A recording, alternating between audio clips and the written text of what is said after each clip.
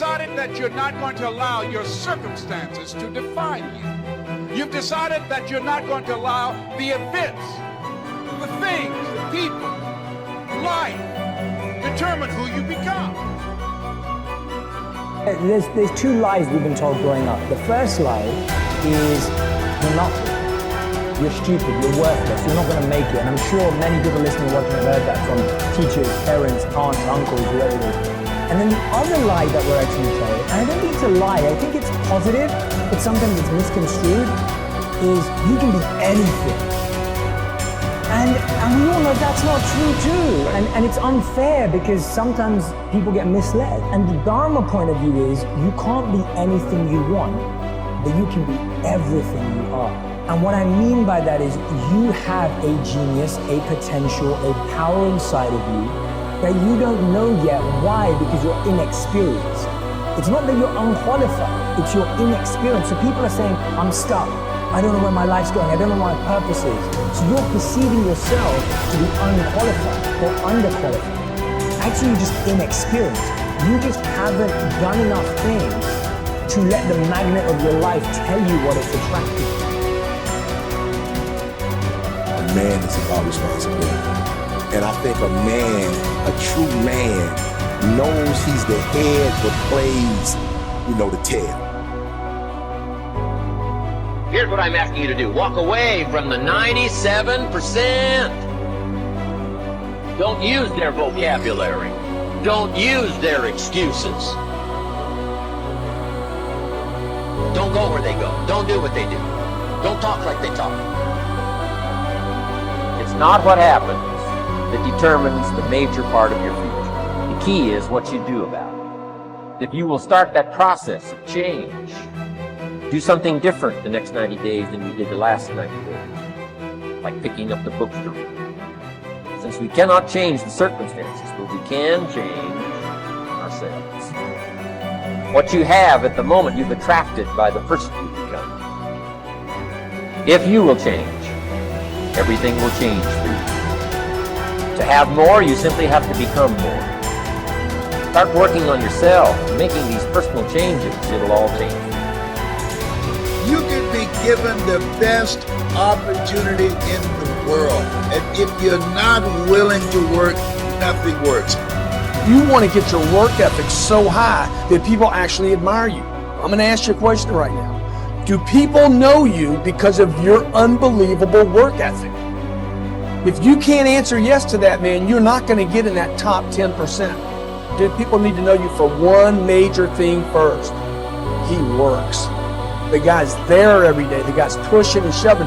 Because the truth is, no matter how good your ideas are, how good your art is, if you're not working, man, if you're not vibrating at a frequency that people say, my God, how does that guy do all that? If you're not vibrating at that rate, tremendous work ethic, it's just a muscle now, and it's just a discipline in your life, and it's a way. But if you're not working at that level, you're not going to make it. Get your work ethic in, man. It's the American way. Work ethic.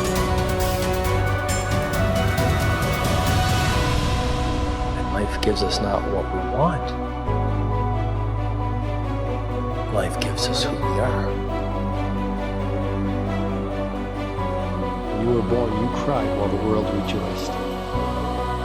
Live your life in such a way that when you die, the world cries while you rejoice.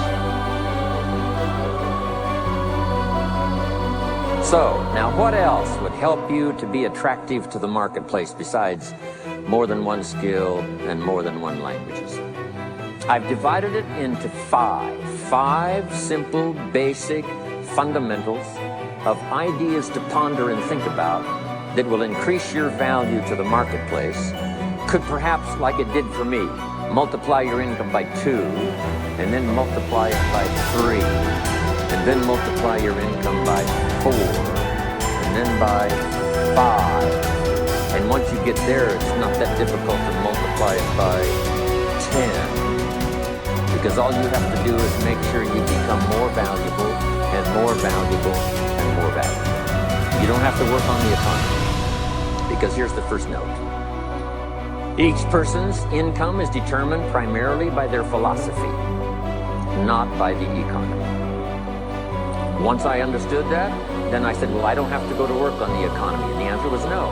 You only have to go to work on yourself to make yourself more valuable. Albert Einstein said, imagination is everything. It's the preview to life's coming attraction. But guess what? Your imagination really is. It's the evidence of things not seen. Because your imagination, you know why it's the evidence of things not seen? Because you're the only one can see it. Your imagination is actually God showing you a preview of a coming attraction that He has for you. The moment you don't believe in your imagination, you negate what He got for you. Your imagination is the preview to life's coming attraction. It is the evidence of things not seen. Because can't nobody see it with you. Your problem is you keep telling your imagination to the wrong people. See, if you want to kill a big dream, tell it to a small-minded person.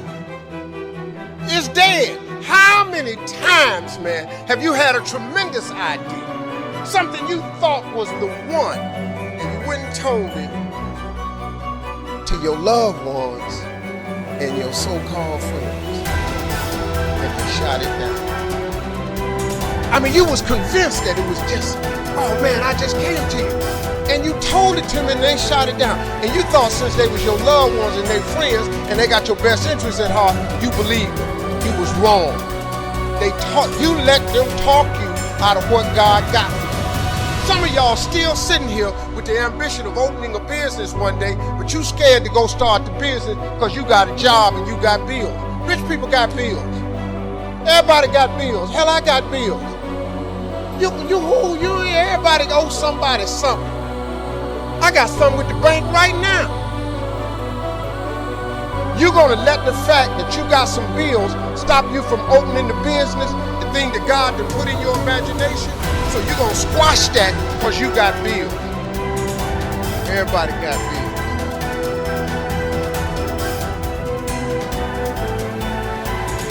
The real life is in your imagination. Can you grab what I'm talking about? Even have the education you all have. I flunked out of school. I ain't got no education.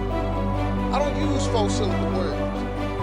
The only 4-syllable word I know is my bank account. What I'm sharing with you is stuff that everybody can apply today. If you are sitting in here thinking that you're too old to listen to what Steve, hell, I'm 60. I'm 60 years old. But I still rely on my imagination. See, if you think you're too old to make it, let me give you a prime example. Colonel Sanders. Colonel Sanders has been frying chicken his whole life. He was telling everybody he had the best chicken in the world. Ain't nobody believed him. They turned him down everywhere. Colonel Sanders didn't get a franchise till he was in his 60s. Kentucky Fried Chicken sell more chicken than anybody in the world today. So if you're sitting here thinking because you got a little gray on you, you're too late, as long as God waking you up in the morning, that's the sign that He ain't through with you. So what you tripping for? You sitting up in here like God can't do nothing for you because you 60.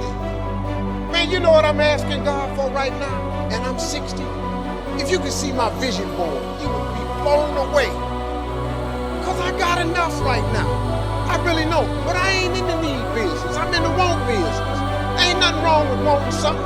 Quit going down to these churches y'all sitting up in here going down to, keeping you in these little boxes. God got a big life for you. The only person ain't look, and I love church. Don't get me wrong, I'm not knocking church. Don't read that. Steve don't care for the church no more. I didn't say that. Don't go down there, memorize all these scriptures, and then don't apply none of them to your life. That's what I'm talking about.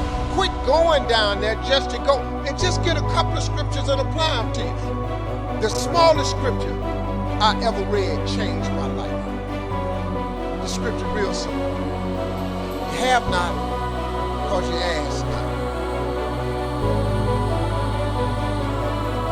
You see, successful people, we don't use hope as a strategy, because the minute you use the word hope, what you're saying is you have no power, you have no control over the outcome. When you give away that responsibility, you also give away that power. You have no control, you have no choice. Because people perform better when there's no safety net. People perform better in sports and everything else if you don't have a plan B. I'm telling you, I've never ever had a plan B. Like most of us, we struggle with those things, insecurities, and say, you know what? But once I get rich and I get powerful, then I'll feel good. So while you're out there striving for success, going for it, even though you feel insecure a lot, you say, I know why. It's because I don't have success yet. And that's the key, because it means that we tried. It means that we got up. It means that we cured our fear by taking action over and over and over. What will come, and whatever it is, I'm going to learn. You guys, remember, if you want to be successful, learn from the other people's mistakes. Don't learn from the successful stories. I need you to be self-aware. So I need you to remember that you are always learning.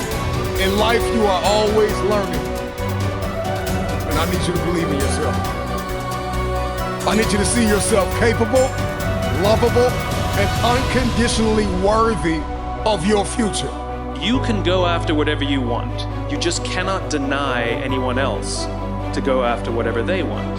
You don't have to wait in line. You don't have to do it the way everybody else has done it. You can do it your way. You can break the rules. You just can't get in the way of somebody else getting what they want. The things that define you as successful existed long before you were becoming successful. The relationship with your family, the health in your body, the ability to command your arm to raise and it raises, the ability to smell the roses and to enjoy laughter, to laugh until your belly hurts, the ability to have faith and pray and see and believe in the unseen. Figure out who you are, don't apologize for who you are, and then become even greater than you naturally are at what you are. So many people float down the river of life without ever even putting their paddles in the water, just hoping and praying and dreaming and wishing that they're going to end up somewhere good. Guys, that's not how life works. You know, you have paddles in your boat, you just got to learn to use them.